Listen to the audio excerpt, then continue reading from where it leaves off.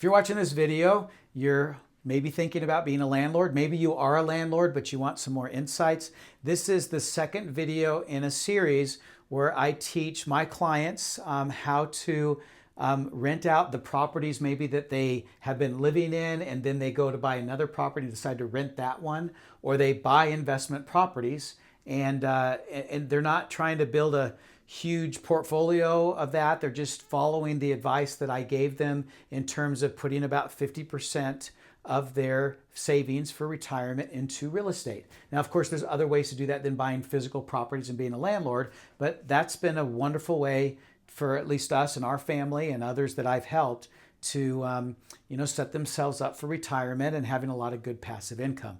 I love it, and the clients that I work with love it. It's worked out so well, even through tough times where the market might have gone down. I had 8 properties that were many of them underwater in 2008, and I started renting those properties out, and what those did after just a couple of years of the market turning around, and I was able to find renters for them that whole time, I made a killing off of that. So I would say long-term hold in real estate and all the other things I talk about in that first video to kind of summarize what you can do to set yourself up financially, how to pay for the down payment, how to get your renters, of course, to pay for the mortgage payment, and how well that can work over time. It's just a wonderful way to invest. So watch that first video if you haven't. It kind of gives you a little bit more insight into how to set yourself up financially, your accounts, that will allow you to use equity in your current home or other properties and leverage that towards a down payment. And then, of course, the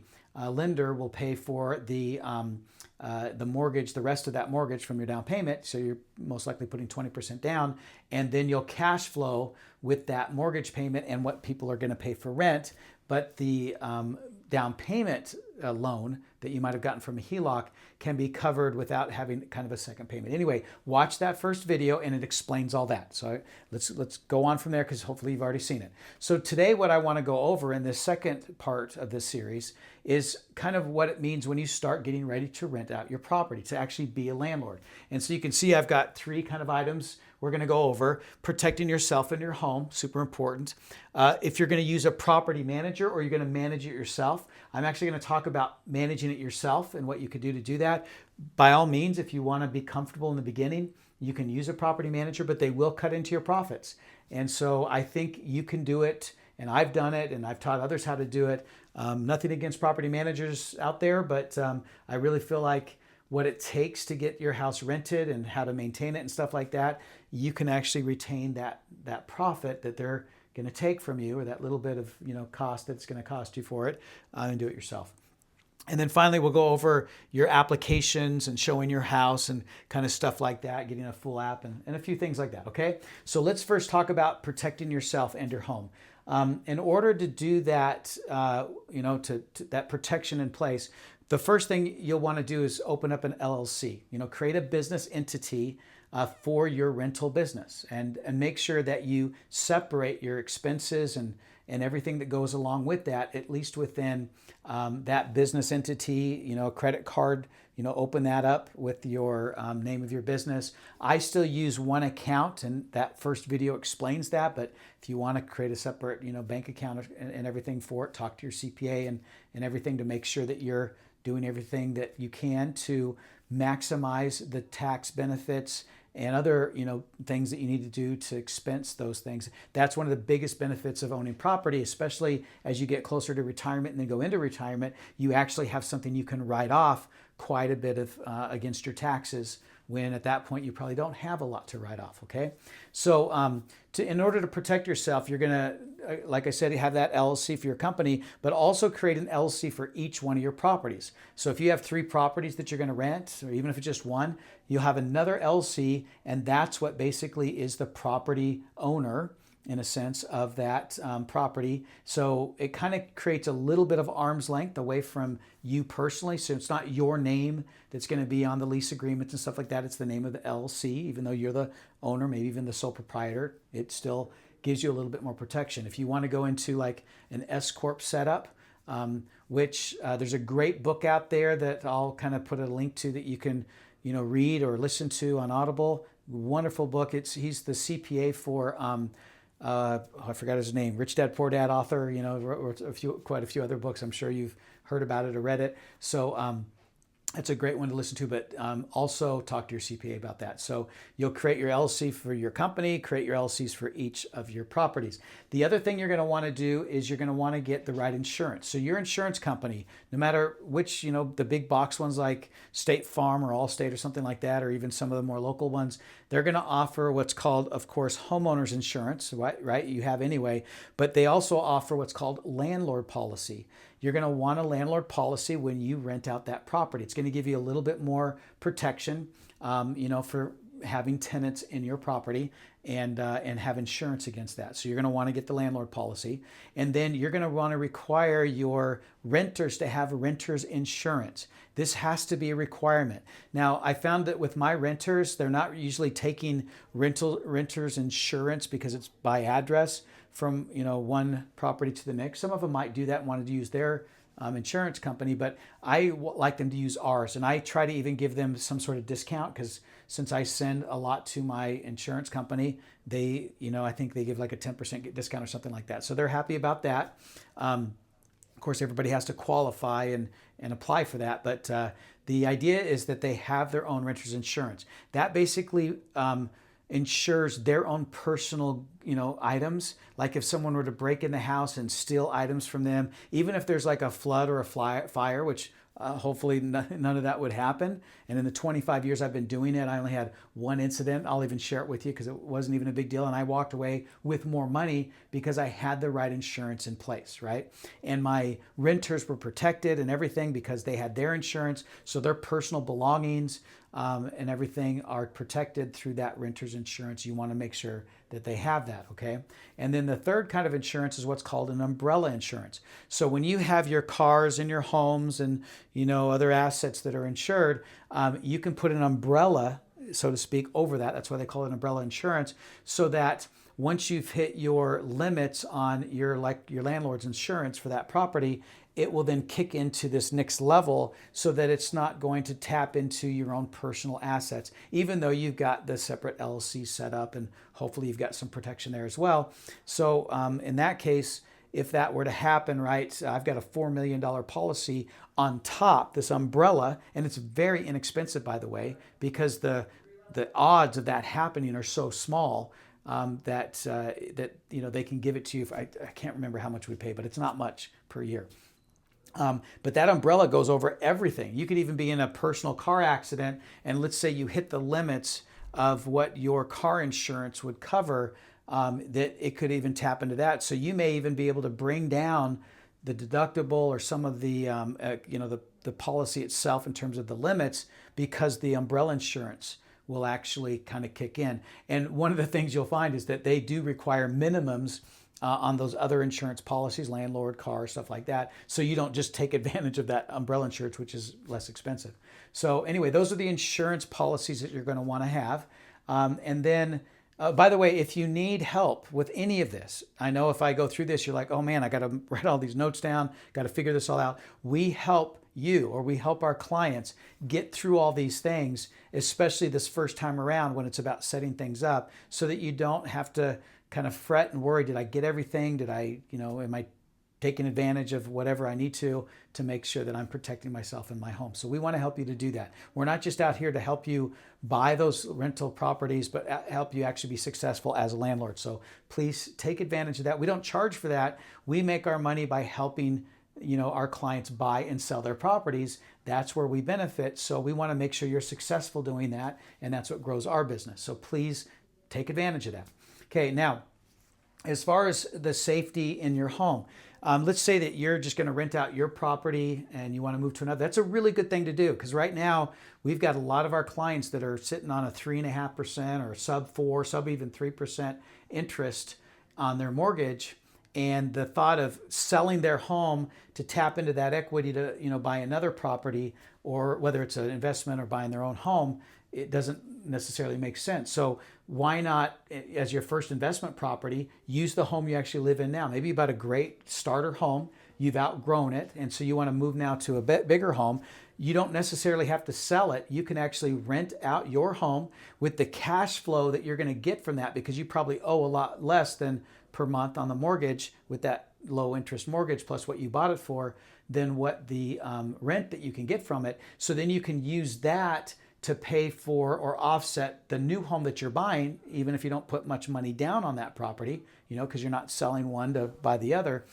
You can offset it that way. We can help you crunch the numbers here so you can figure out how to do that. And then you've moved into your new home. It's a bigger home. It's what you need. But instead of having to sell a home in order to get into it, you are now a property investor. Now you've got two properties that are increasing in equity gain between those four things, right? You've got your appreciation gain, you've got your principal buy down gain, you've got your tax benefit. And then on the rental property, there might even be some cash flow there that you're working with. That gives you and tax, right? Did I say taxes? I think I did. So you got all those benefits and you're building a portfolio of properties. It's a great idea to move from one home to the next and then rent out the home that you bought. When you do that, by the way, you don't have to refinance the house you leave into an investor loan. That's what makes it so great, is that you don't have to put 20% down on a new property and then, rent it out. You can use the house that you're already in and use that great loan that you got when it was your own primary residence. That makes sense? If not, again, just come and talk to us and we'll help you, figure that out. Now, as far as the safety goes of your property that maybe you're moving out of, we just want to make sure that all the smoke alarms and carbon monoxide detectors are good. Really, you should be replacing those whatever the date is on it. If you have a fire even on your own property, and if the insurance company finds out that your smoke alarms and detectors weren't active and someone got hurt, they may not cover that. If they can, they'll look for who's to blame, right? And if you're to blame because you haven't replace those. So this is even good for your own property. Make sure that you take care of that. So all of your smoke detectors and carbon monoxide detectors will have a date on them. Some of the older ones, they used to turn a kind of an almond color from white, just to let you know that, hey, that's not there. Most of them today will just beep at you. People think that they're beeping because they need batteries. If they're interconnected, they're actually not needing batteries. They're trying to tell you, I need to be replaced. So make sure you replace those. Carbon monoxide detectors should be on every floor at least. If you have a really big home, sometimes in a couple places. Hopefully the builder who built it already put them in the places they need to be. Your job is just to keep them updated, right? So they haven't expired. So you want to do that. If you've got any trip hazards, or if there's a railing that you took down, like a stair rail, and the rail to go down the stairs, it's not there anymore, put it back. Just make sure that you have things that aren't going to cause tripping hazard, falling hazards. Just understand that your property needs to be in a good enough condition that if someone were to rent it, that they're not going to be able to come back and say, hey, this caused me to fall, or this caused a problem, right? Some things could happen, and that's why you have insurance in place. But again, I mean, honestly, in all these years that I've done it, I know you've probably heard of horror stories. I haven't even had those, not only with my own properties, but even with all the people that I've helped. So your insurance will help you and stuff like that. We have had issues where we've had, a pipe break and there's some flooding, and we used the homeowner's insurance or the landlord's insurance and the renter's insurance to cover everything. And like I said, in one case, we walked away with an actual profit of that. And the renters were ecstatic because they not only were able to still stay in the house, but they got their rent paid to them by the renter's insurance, because the basement, they had to leave the basement because that's where the flooding was. They just slept upstairs, and they were able to, collect that money and not have to pay us rent. So it actually worked out in everybody's benefit. So that's why you want to have all those insurance policies. But just make sure your house is safe and, there's nothing that's going to cause an issue that's obvious that you can take care of.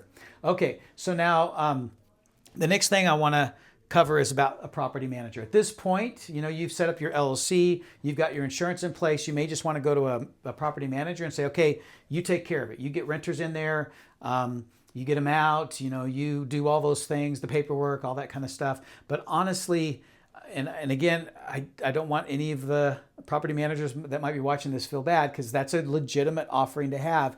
But I will say that they're hiring people that are maybe even younger and and minimum wage or something close to that, doing things that you can learn how to do, and then it doesn't have to cut into your profits. I like to talk to the people that I'm going to have rent my property. I like to do that part. It doesn't take much time and get the right people in there. And so I'm going to show you how I do that and how I teach many of my clients to do it. But again, a property manager is a very viable way to do it. They're going to probably take 10% of everything they collect from you as part of their payment. That's typically what they're doing. So if you have a $3,000 a month rental payment for a property, they're going to take 300 of that, and that may be getting, at least at first, taking away that little bit of cash flow that you might have. So just keep that in mind. So if you're going to rent it yourself, and we can help you do this, by the way, and we don't charge for it. And what I mean by helping you is that we kind of point you in those right directions and using the right systems. And some of the things that, like sending out an e-doc for them to sign, I actually do that for all my clients. I take care and help them manage the actual rental agreement through our system that we use as a real estate agent. So you'll find that in a lot of states, real estate agents have the ability to use the state approved agreements. Just like we have a state approved purchase agreement, there's a state approved lease agreement. Those are the best to use in all cases, because it's going to be more likely to uphold whatever the statements are, or provisions and terms and stuff like that in the contract, because it's state approved by the Attorney General, etc. So I would definitely use those, and your agent can help you to do that, or would be happy to help you to do that. So first thing is you want to make sure that all of your interested parties, anybody that wants to rent your place, fills out a full application. Now, this isn't a rental agreement yet. This is just an application to see if they actually are going to be approved by you, to actually rent the property. When they fill out this application, it'll give you their credit score. It'll give you a history in terms of, payments and all that with their credit score, and any missed payments on things, especially rent. It'll also give you their rental history, who they rented with, and their phone numbers, and you need to call them. I'll explain that in just a second. And then it'll give you their criminal history. So you even get to know if there's been any issues with the crime. Now, since you're only renting your own properties and you have 10 or less properties, you actually have a lot more freedom or leeway in terms of who you decide to allow to rent your property than even a property management company who has multiple properties out there. And so you're not necessarily required or have the same requirements as they do. Now, I don't want to get more specific than that, because I don't want to get in trouble, because every state's a little bit different. So make sure that you talk to a lawyer if you want to, someone that understands real estate, or you can look it up online to find out what limitations you may have. But for the most part, you've got a lot more flexibility in terms of who you decide you're going to allow to rent that property, right? Now, as far as that application goes, if you use Zillow, or I think, and Truly works with Zillow, some of those syndicates. If here in Utah we have Rentler, so you may have in your state some company that's established themselves to allow landlords like you, just the regular average person, not just property managers, to put their rental properties on a site, and they usually have online applications. What that means is that the person that wants to rent your property would fill out an application, pay the $39. You don't have to collect their social security number or all their personal information, right? That you let them fill out the application. They'll probably pay about $35 to $40 for that. And then you'll get the report for it as the landlord. So you're able to look at that report and determine, based on their credit, based on their debt to income, you can even base it on how much more, like 3 times what they make or 3 times the rent cost is what they make, right? So you can determine what that threshold is, and I like the 3 times, right? That means they're making enough money or have enough income that they can afford to live in your place and still have money for the other things that they need to live, to pay for utilities, to pay for groceries, to pay for their car, stuff like that. So having them fill that out and you getting the report is basically what a property manager is going to do anyway, but you can do it yourself and you can see that report. And I always require that I receive it, and then I look at it, and then if they don't meet the thresholds that I have for what I want a renter to be able, in terms of their credit score, I call, by the way, and make sure you do this, I call the past landlords and I ask them about those tenants. And I ask questions like, did they pay on time? Did they take good care of the property? Were they ever late in their payments? Did they leave the property nice? Did they fulfill their contract agreement? Those are the kind of questions you should ask the landlords that they rented from before. And if they can't give you a straight answer, or if sometimes they'll be hesitant to say something that they feel like legally they shouldn't, but if there's any hesitation there, a lot of times I may be hesitant as well to rent to them. So, ask those questions to those past tenants or to the past landlords. And then if I feel good about that, then I let them come and see the property. I do not allow anybody to come and look at a property before they fill out an application. Now, if these people say, well, I don't want to pay $39 or $40, $35 or $40 to just look at your property, you can remind them that that applicant or that application is good for all the other properties that they might want to rent. So if they use Zillow, for example, and they go look at a property that they might want to rent and they use that application, if they decide not to rent, from that landlord, they can go and I think it's good for 30 days or maybe even 60 days that they can actually go and look at other properties or, apply for other landlords and other properties to rent without having to repay that. So you can remind them that you only pay once, and then you can go and look, go on Zillow or wherever you came from and look at all these other properties you might want to rent, and you don't have to repay for that. Does that make sense? So just remind them of that. But at least for me, it weeds out the people that aren't serious or that are, some of them are actually looking for opportunities to take advantage because they have really bad credit and really bad history of rental, or maybe they're have a criminal history that you're not comfortable with. So I always make them fill out that application before I have them come and look at the property or I show it to them. Okay, now the next thing is the state lease agreement. So like I said, every state has a lease agreement. Work with an agent. This is the best thing you can do, is to get that from your real estate agent. They may even be able to help you. Some may charge you. It's up to them. Some are working as also property managers, so you'll have to figure that out. But we'd love to help you. So come and contact us. We have team members all over the United States as well, and we can refer if needed. So make sure that you get a state lease agreement. It's an e-doc. You can set it up so it emails to them. They sign it. Everything is in place as far as, you want to make sure that they know what they pay in terms of rent and deposit in order for that agreement. So after they do the application, they come and look at the house. They say, yes, I want it. I send out that agreement. I tell them, even if you sign it, that lease agreement, it does not take hold until you pay the deposit. So if someone else comes along and they also have a good application, they like the house, and I send them a lease agreement, basically based on the date that and time that they sign it, will determine who gets it. So if you really want it, you have to make not only date and sign it, you also have to pay that deposit. However you're going to take it. Always take it, don't take it by cash. Take it by check or some sort of payment like Zelle or something that you can, have a date stamp of when they pay it. I'm not saying that you don't hold it for people, but you just have to be careful. Some people may be looking at multiple properties. It's like selling stuff on Facebook Marketplace. They say they're going to pay or they say they're going to come get something and they don't. So I just make that a policy that you fill out the application, you sign it, you pay the deposit, then the lease agreement is in effect. Make sense? Okay.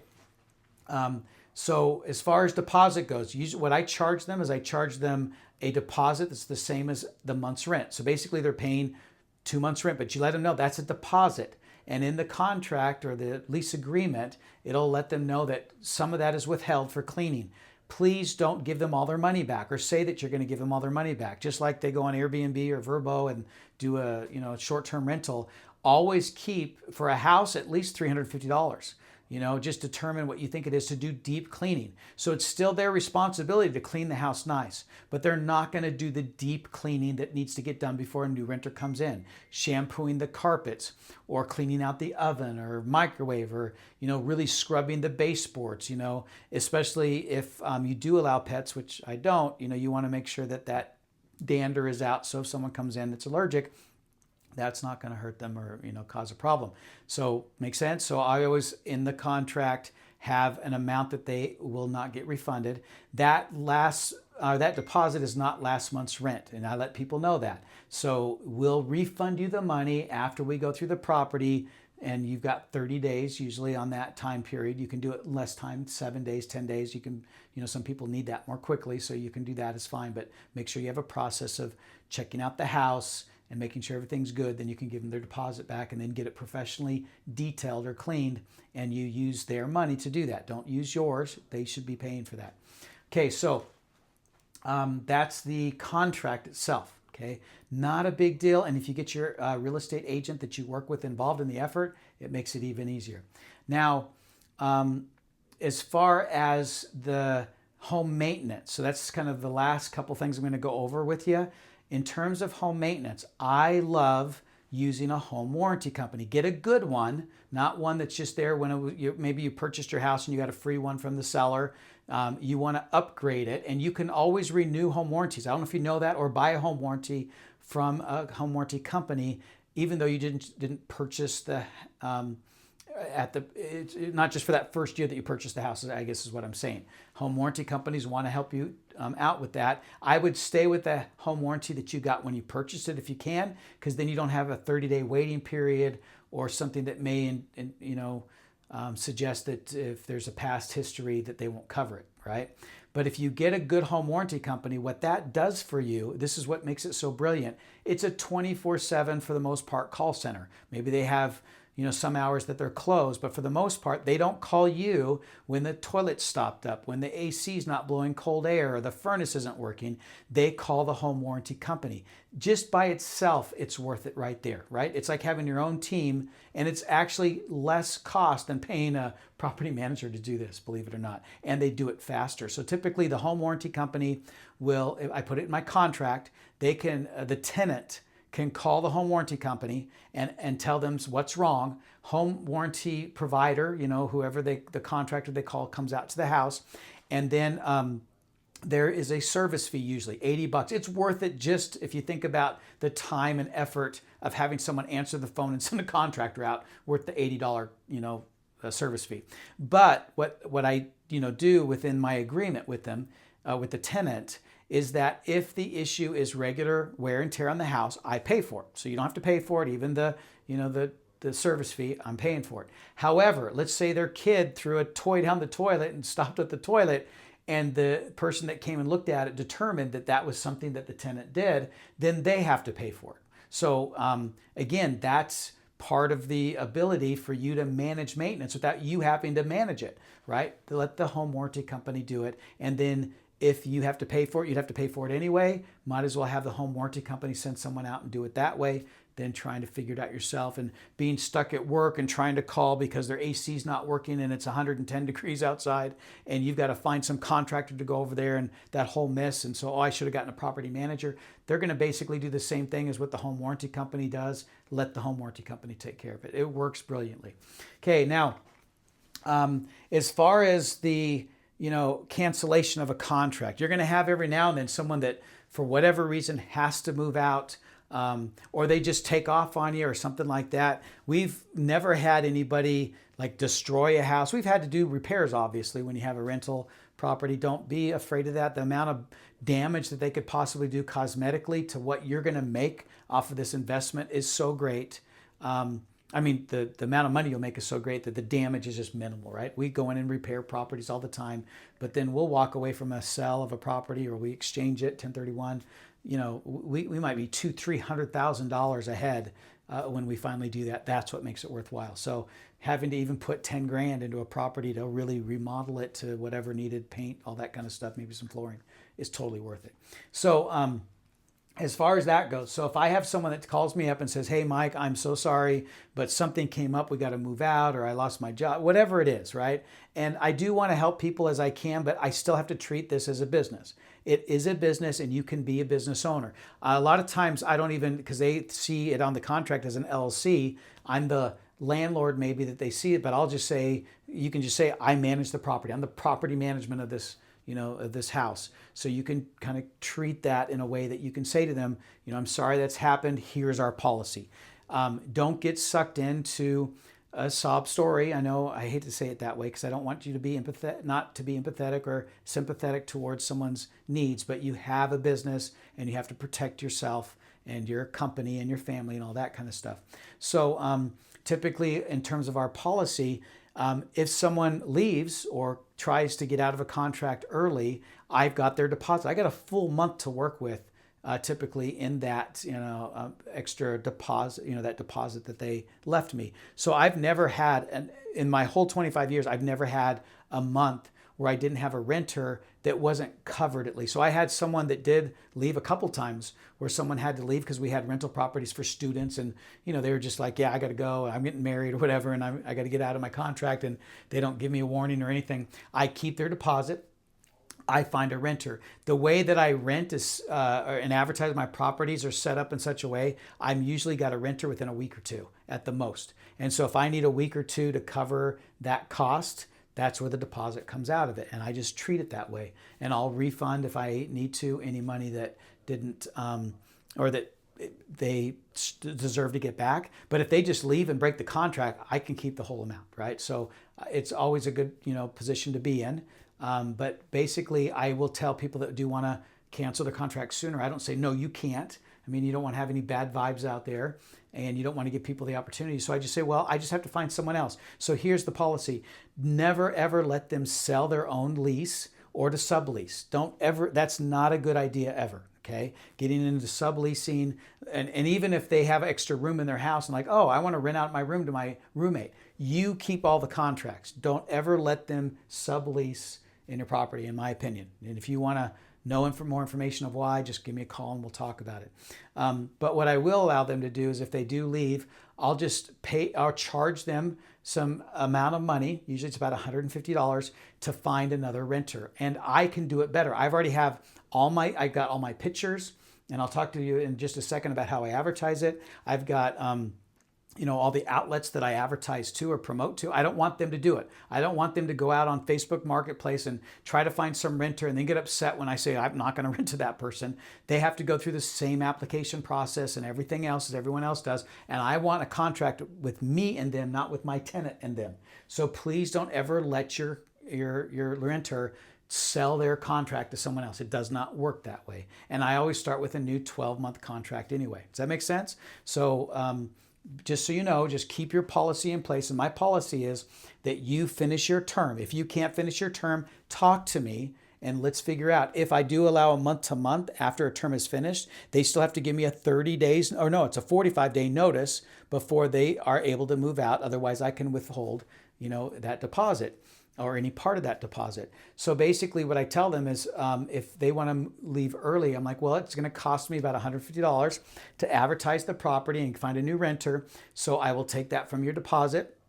And when are you going to move out? And I try to work with them. I mean, the nicer you are to your tenants and the more helpful and supportive you are towards them, the nicer they'll be to your property and to you. So just keep it on a good, professional, high level, and you'll be just fine. So that's kind of my cancellation policy. Yeah, if you need to get out, I totally get it.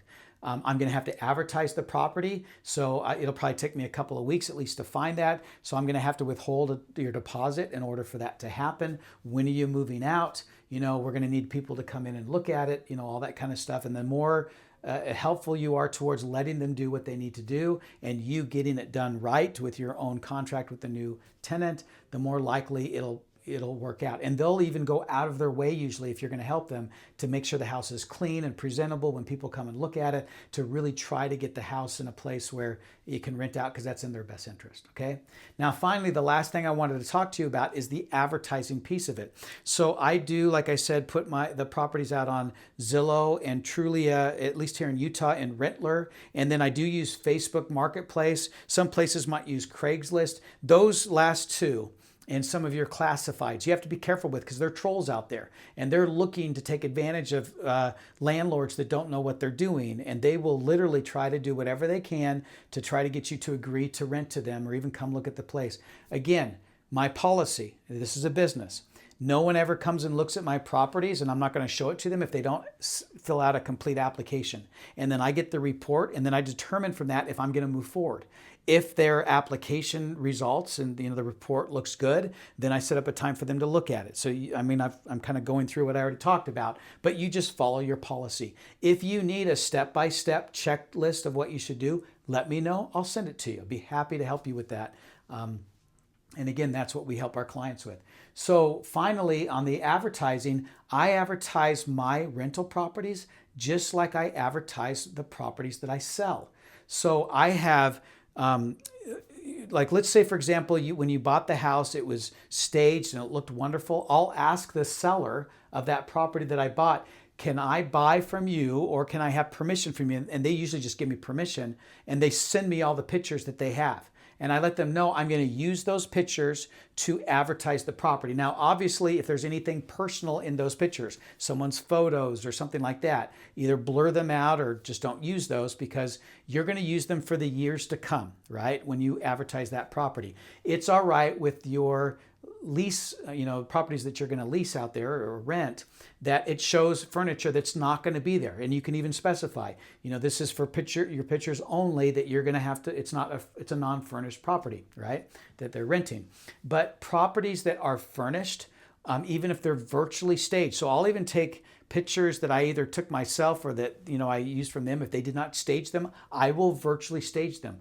Homes that are staged look 10 times better, and you'll make more money and rent faster, just like on the selling side, when those rooms are all staged and look really good. Okay, so make sure that you do that. I even do video and 3D tours. I tell a lot of people, they're like, I want to come and look at your house. And they may even say, like I said before, I don't want to pay for an application fee until I want to know if I'm going to look at your house. I'm like, well, I'm sorry, you have to apply. And they're still like stubborn about it. I'm like, well, we've got a 3D tour up there. And I send them a link to the 3D tour and they can walk through the property. And I do that just like I would if I was going to sell the house. And I get a lot more interested parties in my properties. I get a lot more applicants. I get, better qualified out-of-state people moving in. They don't, they're moving into the state and they want to rent before they buy. And I get lots of great families and people, or I get students in my student housing, properties that are coming from other states. I had one where all these kids from California were coming to Boise, where I had a property, and they all wanted to be roommates and live in the same place. They were able to walk through the property with the 3D tour. Their parents all paid for it. Their parents actually signed the lease agreements, worked out great. They stayed there the whole 4 years together in that property. So having your property advertised, not just like most people do with empty houses that look kind of dreary and they're not even really good pictures. They're taken with phones and the lighting's bad. People don't want to live in boring, ugly places as much as they want to live in beautiful ones. So I have professional pictures, staged furniture, 3D tours, drone footage, information about what's around, the stores and amenities. And I treat it like I was going to sell the property to them, because people that even rent want to live in a beautiful, nice place in a nice community. So I promote all that. Okay, I've talked to you about a whole lot of stuff here. Some of these things that I mentioned, maybe you're still thinking, okay, did I write all that down? Did I get all that?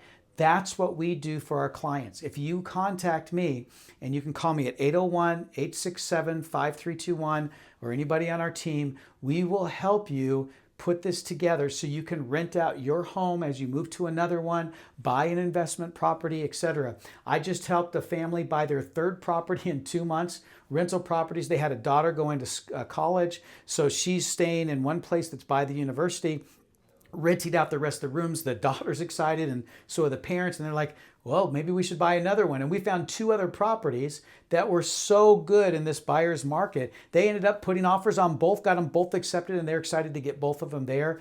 One's going to do a rent back for a month and pay actually what they were going to rent it out for anyway. So it worked out really good for that. And then we'll advertise it. The other one, we already started advertising, got the pictures from the listing, and we've already got interested renters in that property, and we haven't even closed yet.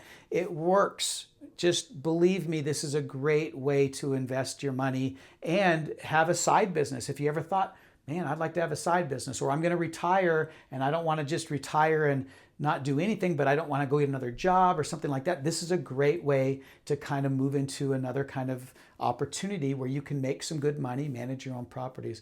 I'd love to help you. My name is Mike Anderson. Please click the link below or get a hold of me in some way, and I'll be happy to kind of get you started down the road of being a landlord. Talk to you soon.